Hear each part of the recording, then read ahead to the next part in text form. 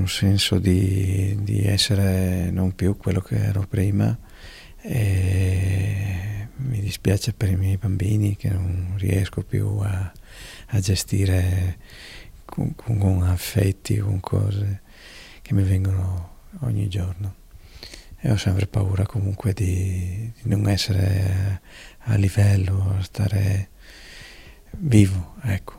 Quello di Paolo è un tormento che lo assale nei momenti di lucidità, quando la malattia gli dà tregua. A 48 anni, già da 5 soffre di una grave forma di Alzheimer giovanile. Le iniziali perdite di memoria sono divenute voragini, tanto da dimenticarsi talvolta pure dei figli di 6 e 10 anni. Sequenze che Paolo ha vissuto da bambino. Suo padre cominciò a soffrire di demenza quando di anni ne aveva 8, un copione esistenziale che si ripete. A sostenerlo la moglie Michela, che per seguirlo 24 ore su 24 ha lasciato il suo lavoro da segretaria, ma Michela è una guerriera, da mesi ha voluto rendere nota la sua storia e denunciare che di Alzheimer giovanile si parla ancora troppo poco. Michela vorrebbe solo una vita il più possibile normale, tornare al lavoro. Chiedo che ci sia un po' più di visibilità anche per i giovani, che ci siano dei centri dedicati soprattutto anche a loro, per stimolarli, per non fare in modo che le famiglie non debbano affrontare viaggi ed esborsi economici non indifferenti per portare i loro cari ad avere qualche sostegno in più. Ma quella tra Paolo e Michela è soprattutto una grande storia d'amore. Lo devo a Paolo, lo devo al suo altruismo, alla sua bontà d'animo.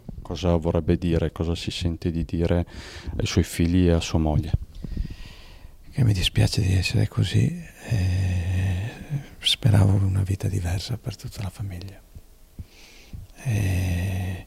perché mi fa male vedere che non riesco più a essere in bolla, libero di vivere la mia famiglia e stare insieme.